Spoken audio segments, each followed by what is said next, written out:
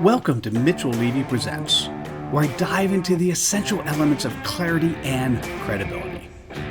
Hosted by global credibility expert Mitchell Levy, today's episode offers invaluable insights to make you think and act more credibly. Join us as we explore living your values, boosting your credibility, and leading purposefully. Hi, Mitchell Levy here, global credibility expert, and I'm so glad to have you join me for one of the funnest times of my day when I get to talk to a super cool human somewhere from the planet. I haven't found anyone off the planet yet about who they are and how they show up in life, and Leo Bottary is no exception. Leo, welcome. Hey, I'm just glad I could fill in for the super cool human that you were looking for today. It's all good. Well, I think by the end of this, people will know that this is you, that you are that All guy. right, So, there we go. so Leo, so the audience knows, who are you? So I am a husband, I am a dad, and I am the founder and managing partner of Peer Innovation LLC. And I basically work with peer advisory groups, CEOs and key executives alike, as well as with teams inside organizations to take what CEO peer advisory groups have been doing so brilliantly for so long and how to maximize the value for people in their groups and how to apply these principles to the teams in your companies. Nice. Well, tell me about the dad part of your life. That part of my life is great. So I've got two daughters, and I also have a bonus son and a bonus daughter, all over 30. Uh, Doing terrifically well. They're great kids. They are unbelievably close. And they're just happy. And as a parent, you just couldn't be, more thrilled for them and what they're doing. So it's just a matter of, making sure they keep it up and it's all good. So, as a parent, and either direction's good. What did you learn as a parent that you brought into your job, or do your kids occasionally go, "Hey, Dad, this is job stuff. Don't parent me this way"? What? Give me a story. I'm not sure. I think there's some real selflessness that comes from being a parent. You realize it's pretty clearly it's not all about you. But I also think that most of the lessons, if you will, that I hope I've imparted on our kids have been not spoken lessons so much as I think I shared with you this very brief story about how this was for Kristen and Taylor and I, my two daughters, and I took them to climb the first mountain peak in Colorado. And we're climbing the mountain, and they're all enthusiastic and excited about it. This is like a 12,800 foot peak. It's supposed to be easy to moderate, but we know better, right? This is difficult. It is, and you get above the tree line, and the air gets thinner, the climb gets steeper, and I start hearing things like, "Hey, view looks pretty good from here," you know. Or we were talking about like weather coming in the afternoons. There's like a puff of white cloud near the peak, and one of them says, "Hey, Dad, is that a weather up there that we need to be concerned about? We need to turn around." I said, "No, I think we're all right." So clearly I'm not taking the hint that these guys are getting done with this whole, mountain climb. That sounded like a really great idea. But what they got caught into was this trap of staring at the peak. And this is what everyone does when they're climbing the mountain. They constantly look up at that peak. And what happens is you climb for 10 minutes, you climb for 15 minutes, and it does never appears to be getting any closer. And it is emotionally debilitating in addition to the physical demands you're dealing with. So next thing you know, they finally just said, "Hey, we're kind of done. We're we think we're kind of tapped out here." So I said, "Tell you what, let's climb for 10 more minutes. Let's mark where we are." They didn't quite know while I was saying this, and there was a bush, kind of a large bush coming out of a big rock. And I said, "Okay, let's climb for 10 more minutes. And after 10 minutes, if you guys are done, no questions asked, we're off the mountain." Great. So they're setting their watches now. And to the second, it gets to 10 minutes, and they're like, "All right, we're done." First thing they do is look at the peak, and they say, "Look, this peak is no closer than it was 10 minutes ago." I said, "Look behind you." And that bush that we left looked like the tiniest dot in the landscape. And they were just blown away by the progress they make. Next thing you know, they're climbing another 10, they're climbing another 15 minutes. They summited that day. And so it's kind of things like that that they took with them as leadership lessons today with people who, and they recognize that keeping your eye on the prize, that staring at that peak all the time is not the way to go. It's to recognize how far we've come. Let's make sure that we constantly get our team together, celebrate our accomplishments, and that gives us that fuel to press on and keep putting one foot in front of the other. And then we can enjoy, the real, the awesome sight of standing on top of that peak and the feeling that comes with that. So I would give that as an example of at least one way that I would try to get them to take lessons that I'd like to think will remain with them. How about something that you learn from your kids, particularly one in where you're feeling like you're not the center of the universe, which once you're a parent, you know that immediately, that you then applied in a client? That's a great question. I could say something really bad in that parenting sometimes is like dog training. The more that you walk away, the more likely they're to come toward you versus the other way around, which is true. It can be with everything, every kind of relationship we have. But no, in all seriousness, though, I think that I wouldn't say it's one lesson so much as my kids keep me current.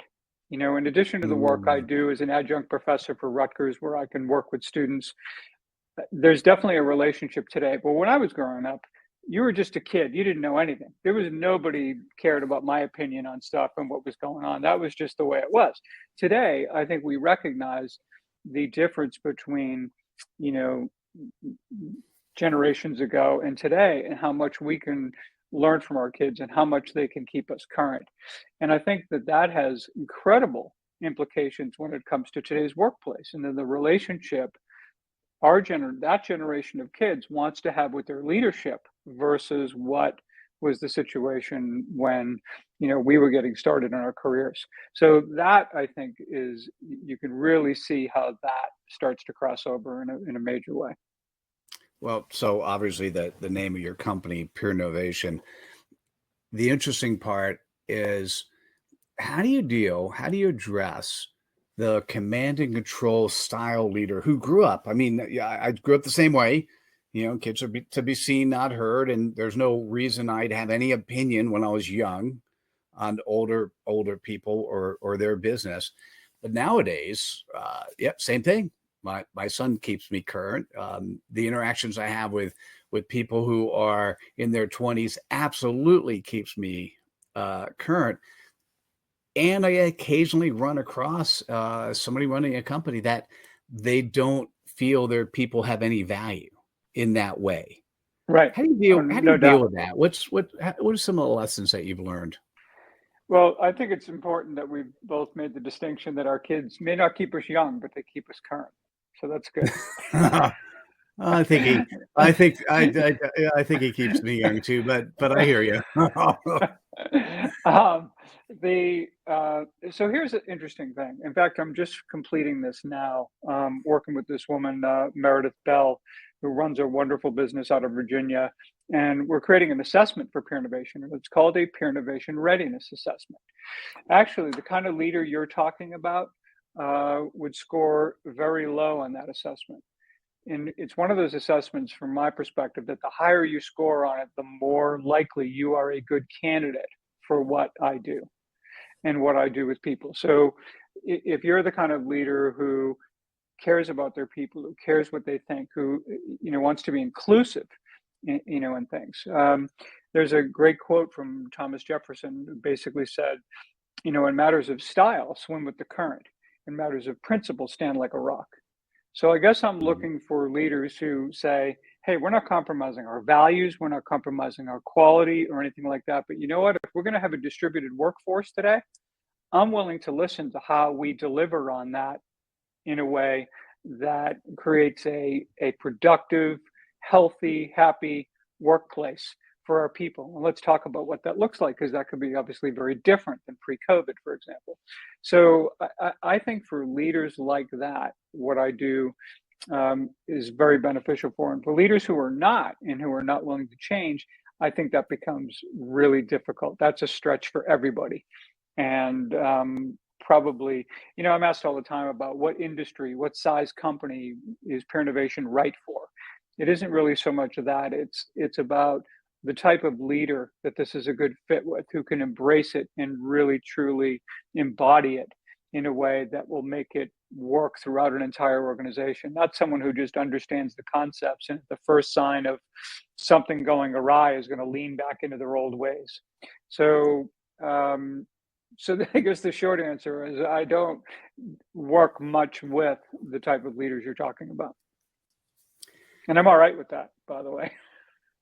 So that's interesting. So, okay, so you're creating this assessment, and is the assessment to determine whether or not it's a client you can work with, or is it one in which to determine from where they are today, so you can then determine where they're going and where they need help? It's both, and it's in fairness to both, really. I think that, oftentimes people get into these engagements and they're not quite sure what they're in for on either side. I think what this readiness assessment allows us to have the kind of conversations and create the kind of clarity with one another up front in terms of what this is about, what success looks like for them and for us, and to be clear on that. And if we can have a meeting in the minds which says, this is great for both of us, let's have at it and do it, then we do. And if not, then that's okay. Because there's a lot of people doing a lot of great work out there that may be a better fit.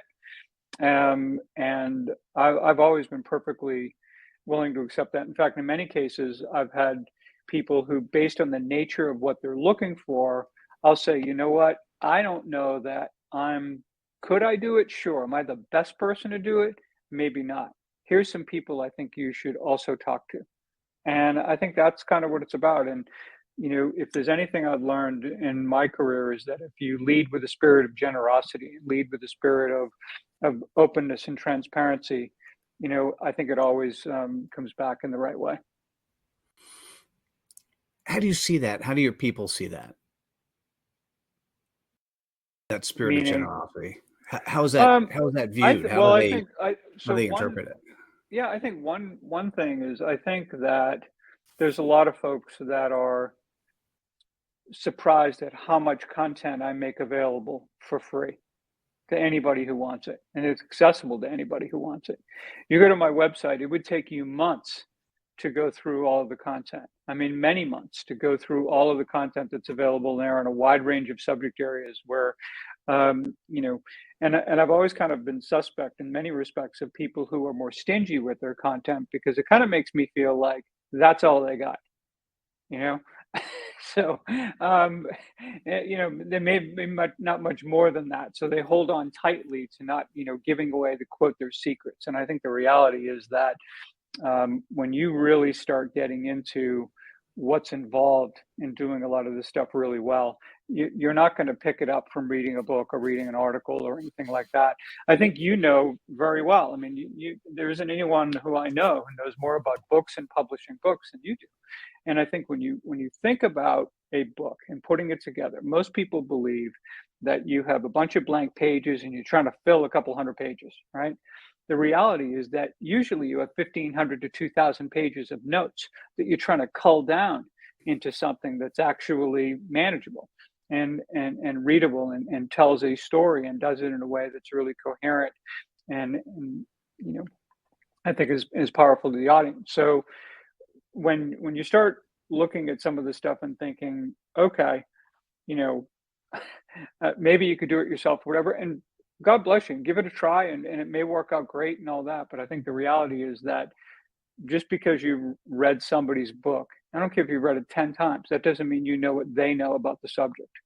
And so I think there's that aspect of things where I'm very comfortable giving away all of those. I actually have a DIY version of peer innovation that people can do with their executive leadership team or with your company that doesn't involve me at all, and they can have it. There are, you think about how many organizations there are in this world. I can't serve them all.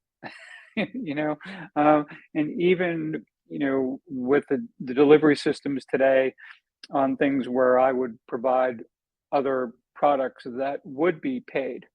Now, they just are obviously a whole different level of complexity and engagement and all of that. But I think that if you want to show someone that you've got the substance it takes to actually work with their company and make a difference, then I think those who lead with generosity, those who, like Patrick Lencioni will say, is just start working with the client.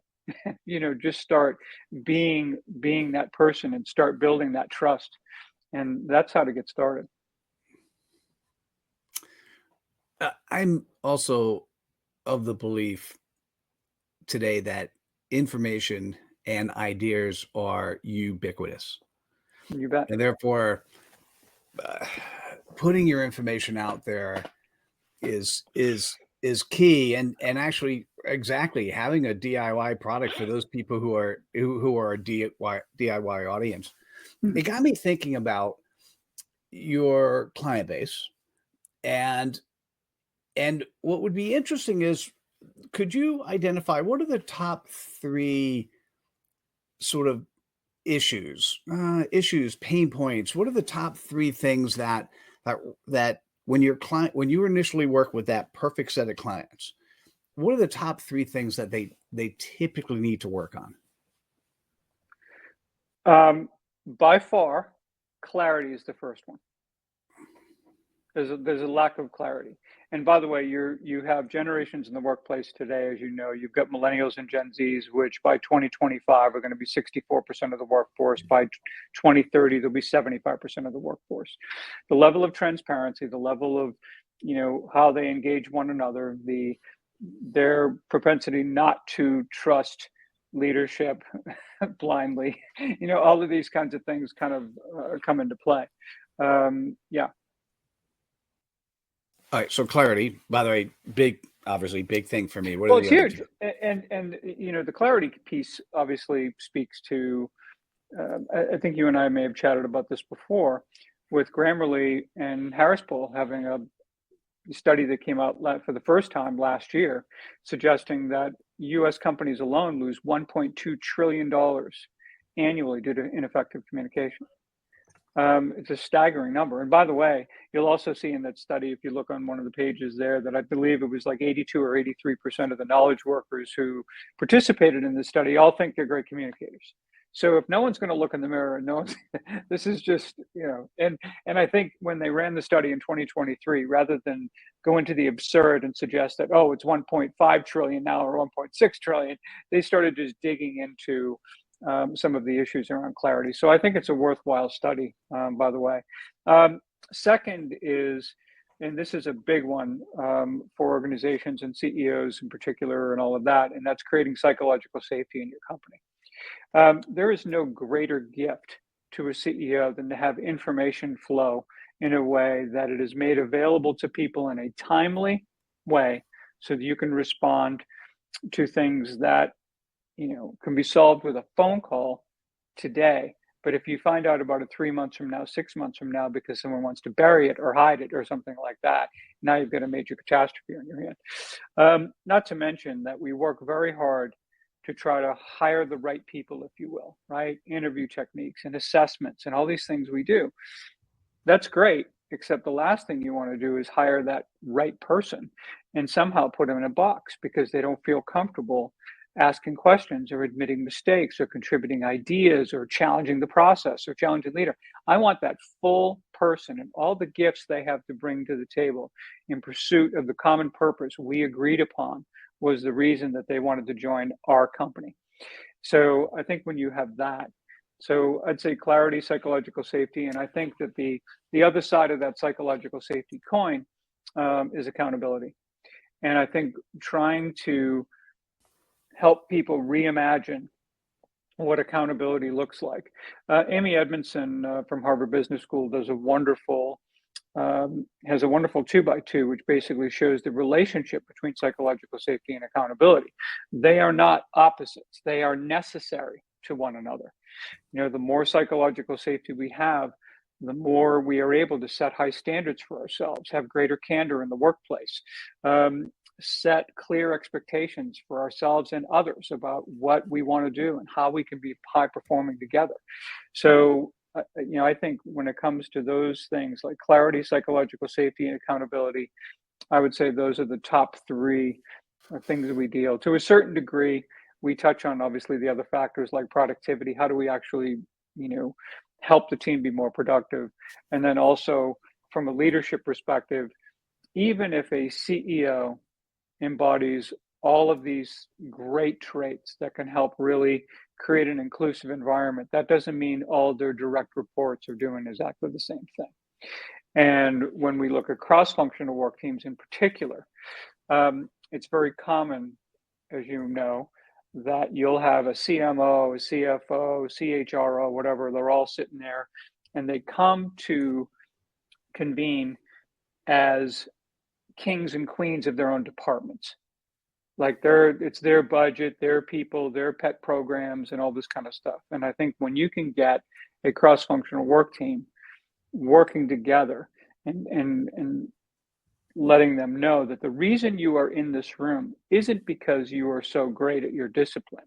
It's because you have the ability to take off your department hat and put on your enterprise hat. You're going to give us your perspective from your area, which is crucially important. But by the same token, this is about what's best for the company. So if I'm the CMO and my budget's going to take a hit for a while because we have to make other investments elsewhere, that's what we're going to do. It's going to come around at some point that we're going to need marketing to play a more lead role, for example. So I think when you can create that kind of trust in a cross-cultural environment among the senior leadership team, you can start building that trust in the rest of your organizational teams as well. It's so funny. I found, by the way, as you were talking, I found the poll that you referred to. I found a PDF and I shared it in the notes. So for those who are interested in reading about it, please do. And it was interesting that I'm going to end back on clarity, but I wanted to actually say on accountability was very interesting. So I'd love for you to comment on this, and we'll come back to clarity afterwards. I did a poll on LinkedIn, and I basically said, how many people are accountable? Are you self-accountable? Do you have a coach? Do you do something to do it? And something like 63% of people said they were accountable.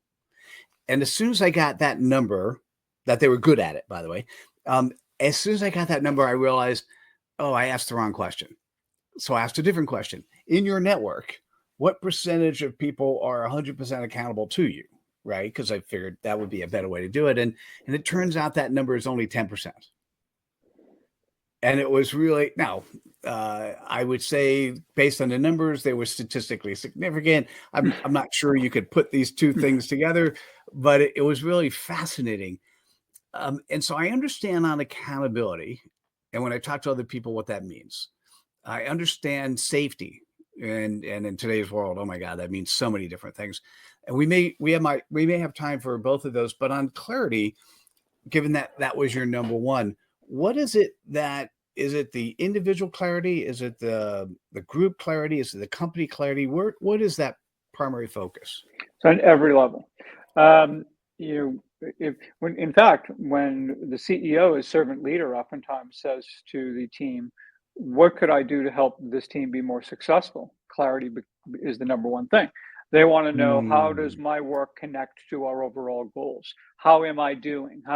Clarity on every level about all kinds of things. They just really don't want any ambiguity around what they believe are the key things that should be driving their work. And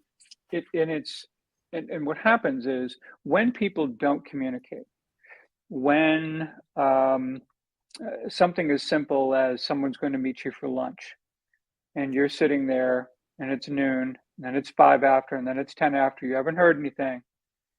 you have a gap of information there. Your head starts going as to, why, where are they and what's going on? And maybe, and we fill in gaps in information because we're terrible at letting them just sit there and wait to find out what's really going on. And this happens all the time. There's a thing I do with cross-functional work teams, let's say at a director level. Well, I'll ask the marketing person, hey, what does the finance person do all day? I don't know. Says no to me. Okay. And then, right. And then it was kind of the idea. Well, they have no idea what they do. They have no idea what their constraints are in their job. They get upset when they try to get something approved and it doesn't happen. They don't know why. They don't ask. Now, all of a sudden, all of these rifts start happening that are completely unnecessary, with people. That's just one tiny example of what's going on and how it can impact the personal dynamics of what's happening. People don't typically know each other's stories very well. They know each other as coworkers at a certain degree, but not as people nearly enough. And so there's an aspect of this that when we very intentionally sit people down and have conversations about what do I expect of myself and others, and then we talk about psychological safety and what would make people feel more psychologically safe. Timothy Clark wrote a great book called The 4 Stages of Psychological Safety, where he talks about this idea of having a sense of belonging. And that's really where it starts.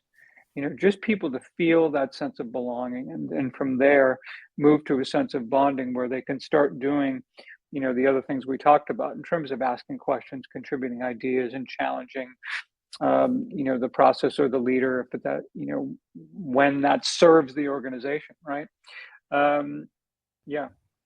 So there's a lot to unpack, and it's interesting, and I'm glad you asked the question because it is so important, and we just flat out we're not intentional enough, I think is the word that keeps coming forward when I'm working with a lot of clients, is just intentionality.